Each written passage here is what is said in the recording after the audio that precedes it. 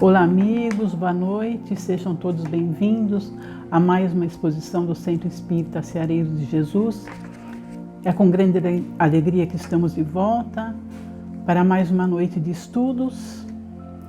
Quero pedir a vocês que se inscrevam em nosso canal, ative o sininho para receber os novos conteúdos da casa e, se possível, deixe um like e compartilhe. Então hoje nós vamos ler o livro Vinha de Luz, dando seguimento, que é ditado por Emmanuel e psicografado por Chico Xavier. Nós vamos ver o item 17, com o título Auxílio Eficiente. Então vamos entender o que é auxílio eficiente. É uma ajuda, uma contribuição quando alcança o resultado esperado, quando alcança o seu objetivo. Então vamos lá. Auxílio eficiente. E abrindo a sua boca os ensinava. Mateus capítulo 5, versículo 2. Então Jesus, ele sobe ao monte e começa a falar para a multidão. E todos nós também fazemos parte dessa multidão, porque até hoje os ensinos de Jesus é a nossa bússola, que nos orienta para o caminho reto. E ele também falava aos seus discípulos. E esta fala, e abrindo a boca os ensinava, ela faz parte do Sermão da Montanha, que são as bem-aventuranças. Bem-aventurados os pobres de espírito, porque deles é o reino dos céus. Bem-aventurados os que choram, porque eles serão consolados. E por aí vai, falando todas as bem-aventuranças. Então, tudo que saía da boca de Jesus vinha do seu coração puro. Então tudo que ele dizia eram grandes ensinamentos. O mestre divino, ele não escreveu nada, a não ser naquela passagem da mulher adúltera, onde ele escrevia na areia, mas escrito mesmo não deixou nada. Ele ensinava através dos seus exemplos, das suas atitudes. Então vamos dar início à lição. O homem que se distancia da multidão raramente assume posição digna à frente dela. Em geral, quem recebe autoridade cogita de encastelar-se em zona superior. Quando Emmanuel diz do homem que se distancia da multidão, obviamente ele não se referia a Jesus, porque Jesus sobe ao monte não por não querer ficar perto do povo, mas para que todas as pessoas pudessem vê-lo. Esse era o propósito. Porque o mestre, ele vivia no meio do povo, principalmente os mais pobres, os mais necessitados. Emmanuel, ele se referia à humanidade em geral, e aqui ele fala das pessoas que têm autoridade, seja ela um político, um cientista, um grande empresário, um juiz. E alguma delas, por ter essa autoridade, se acha melhor que as outras pessoas, se acha acima das outras pessoas. E ninguém é melhor que ninguém. Somos todos iguais perante as leis de Deus. Nós estamos aqui na condição de servidores, todos nós. Quem alcança patrimônio financeiro elevado costuma esquecer os que lhe foram companheiros do princípio e traça linhas divisórias humilhantes para que os necessitados não os aborreçam. Então, muitas pessoas, depois que conseguem ficar bem financeiramente, têm uma posição social elevada, se esquecem daqueles que o ajudaram no início. Seja um pai, a mãe, um amigo, um irmão, é deixado de lado. Então é criada uma barreira, que é essa linha divisória a qual dita o texto. Porque eles fazem parte de um outro círculo de amizades, um grupo mais seleto ao seu ponto de vista. Divaldo Franco, em uma de suas palestras, ele conta a história de uma senhora, uma lavadeira muito pobre que frequentava o centro. Era ela e o filho. E o filho, quando tinha 12, 13 anos, disse a ela que o sonho dele era ser médico. Então ela promete a ele que ela faria tudo que tivesse ao seu alcance para que ele realizasse seu sonho. E assim fez. Ela era lavadeira, mas começou a fazer acarajé para vender. Diz que era o melhor acarajé de Salvador. Então ela trabalhou muito para poder custear os cursos para ele, para que ele pudesse ingressar na faculdade. Ele, por ser muito esforçado e inteligente, ele consegue realmente ingressar na universidade. E ela sempre trabalhando muito para que nada lhe faltasse. E nos dois últimos anos da faculdade, ele, por ser muito esforçado, ele começa a trabalhar na clínica do seu professor de medicina. Inclusive, fica noivo da filha dele. Quando chega a época da faculdade, então a mãe fez economias para poder comprar uma roupa adequada, um sapato para que ela fosse à colação. E chegado o dia, então ele chega a casa, ela muito feliz, começa a comentar com ele sobre a formatura. Aí então ele lhe faz um pedido para que ela não fosse à formatura dele. Ela então pergunta por quê. Ele diz que lá eram pessoas de alta classe, outro nível social, que não ficava bem e ela também não se sentiria bem no meio daquelas pessoas. Ele havia dito que era órfão. Então ela sente uma dor muito grande, engole o pranto e diz a ele: não tem problema, meu filho, eu não irei à sua formatura, porque hoje é o dia mais feliz da sua vida e da minha, mas fique tranquilo. E ele ainda disse a ela que se ela ficasse doente, não o procurasse na clínica que ele trabalhava, porque era uma clínica muito chique, uma clínica de alta classe, para que ela mandasse um recado que ele viria atendê-la. Então ela disse que ele não se preocupasse com isso, que ela não iria ficar doente. Disse também que era a última vez que ele estava indo à casa. Depois daquele dia, ela nunca mais o viu. Ela acompanhava a vida do filho através dos jornais e guardava os recortes para poder vê-lo pelo menos no jornal. Mas ela um dia adoeceu e já estava para desencarnar. E Divaldo Franco então vai à casa dela porque tinha amizade com ela. E aí ela diz a Divaldo que ela sabia que estava partindo e que tinha certeza, por ela conhecê-lo, o filho dela, quando soubesse, ia procurá-lo. E foi isso que aconteceu, né? Naquele dia, Divaldo lê um trecho do Evangelho a ela, ministra um passe e ela desencarna. E, como ela disse, algumas semanas depois, ele procura o Divaldo, querendo saber de uma pessoa que tinha morrido, tal, ou se ela tinha falado alguma coisa com ele. Aí ele disse se ele era parente. Ele falou: não, eu só apenas conheço. Aí ele falou: olha, então não posso te dizer nada, porque ela me disse para falar só com alguém da família, né? Não posso te falar nada. Ele vai embora.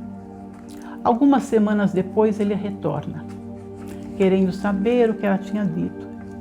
E o Divaldo volta a dizer a ele que ele só diria para alguém da família. Então aí ele fala que era a mãe dele e desaba em prantos. Aí Divaldo diz a ele que sabia quem ele era, mas era preciso que ele falasse. Aí ele diz a Divaldo que ele foi muito ingrato, tudo que ela fez por ele, ele havia abandonado. Então Divaldo diz a ele, para ficar tranquilo, que o que ela tinha dito a ele, que ela o amava muito, que iria continuar amando de onde ela estivesse. E não guardava nenhum ressentimento. E queria que ele fosse muito feliz. Como diz Divaldo, quem ama muito verdadeiramente não perdoa, porque não há o que perdoar, não guardou nenhuma mágoa, nenhum ressentimento. Então essa história ela é bem oportuna para a lição da noite. E para a gente ver que isso acontece até mesmo em família. Mas vamos retornar ao texto. Quem aprimora a inteligência quase sempre abusa das paixões populares facilmente exploráveis. E a massa, na maioria das regiões do mundo, prossegue relegada a si própria. Então aqui ele está dizendo às pessoas que têm mais inteligência, mas que a usam para explorar aqueles que não têm tanto conhecimento. Quantas pessoas não tiveram a oportunidade e até hoje não têm de estudar? E aqui no nosso país a gente percebe quanto é falha a nossa educação. Quantas pessoas não são alfabetizadas? Milhares de pessoas são analfabetas. Então aqueles que são mais inteligentes tiram proveito disso. Mas todo dom nos é dado por Deus. E tem um propósito, é para ser usado em benefício dos menos favorecidos. Mas na realidade não é isso que acontece. E a massa, a população, é deixada à própria sorte, infelizmente. A política inferior converte-a em joguete de manobra comum. Então aqui o texto se refere à classe política. A maioria deles, em época de campanha, fazem 1000 promessas, que vão fazer isso, vão fazer aquilo, em benefício da população. Mas depois que são eleitos, esquecem e não cumprem nenhuma delas. Mas sabem como manipular a maioria da população, principalmente os mais carentes, os menos esclarecidos. Em alguns países da Europa, é comum políticos até de alto escalão usarem o transporte público. Trem, ônibus, é comum. E os salários não são tão altos. Bem diferente da nossa realidade, que aqui, além de salários altos, eles têm uma infinidade de benefícios, de privilégios. É auxílio moradia, auxílio educação, auxílio paletó, que até os ternos, sapatos, gravatas é comprado com dinheiro público. Quem paga? A população que eles exploram e depois deixam-na. O comércio desleal, nela procura o filão de lucros exorbitantes.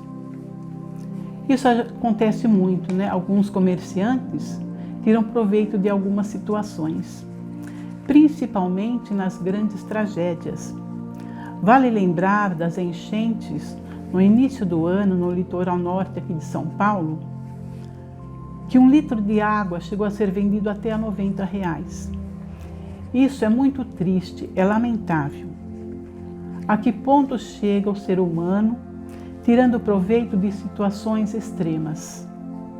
Aí a gente vê quanto a humanidade ainda tem que caminhar para chegar a um mundo de regeneração. Mas chegaremos. Esse é o propósito de Deus para todos nós. O intelectualismo vaidoso envolve-a nas expansões do pedantismo que lhe é peculiar. Então, aqueles que se acham intelectuais, que são intelectuais, deixam a vaidade aflorar e tornam-se arrogantes, fazendo com que as pessoas acreditem que são os donos da verdade. Muitas vezes é só uma fachada, é uma máscara. Realmente não tem conhecimento algum. A única coisa que eles sabem fazer é manipular as pessoas.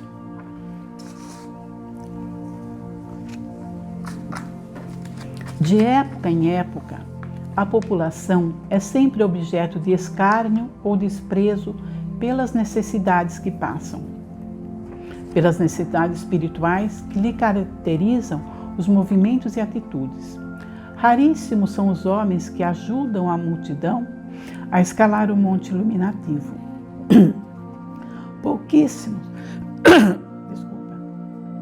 Pouquíssimos mobilizam recursos no amparo social. Emmanuel diz que de época em época a multidão sofre com o desprezo pelas condições que passam, pelas condições materiais. Muitas vezes essa condição material, ela é uma necessidade espiritual e às vezes a pessoa julga.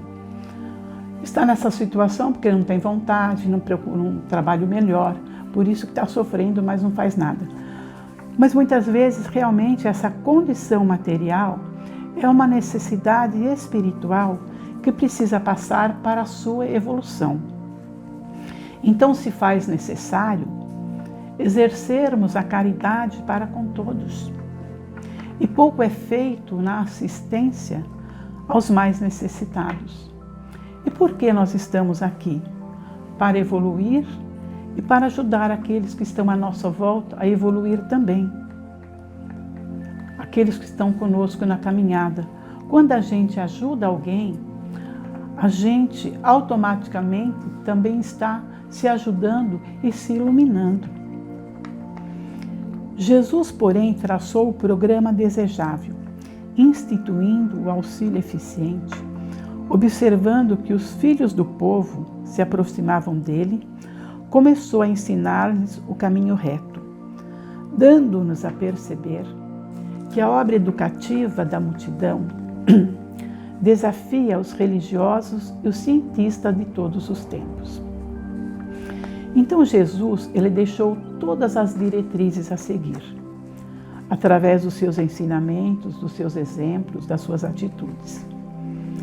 Mas a humanidade como um todo ainda está longe de pôr em prática seus ensinamentos na sua essência.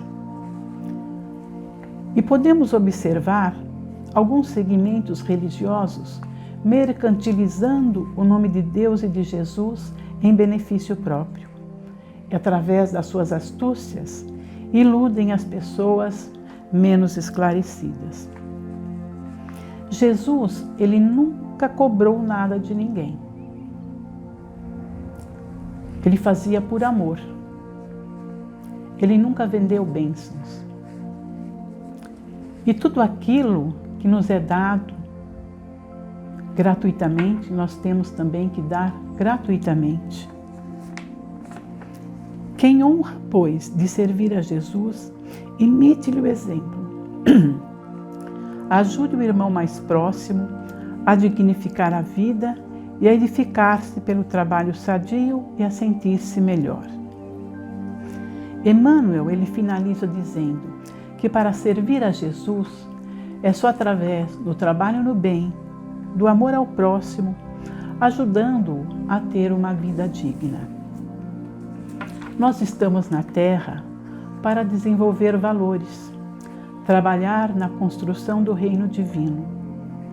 E onde começa o reino divino? Começa dentro de cada um de nós, através da nossa reforma íntima. Então abracemos a causa do Cristo em nossos projetos, no nosso dia a dia, pois sempre acharemos uma maneira de auxiliar nossos irmãos.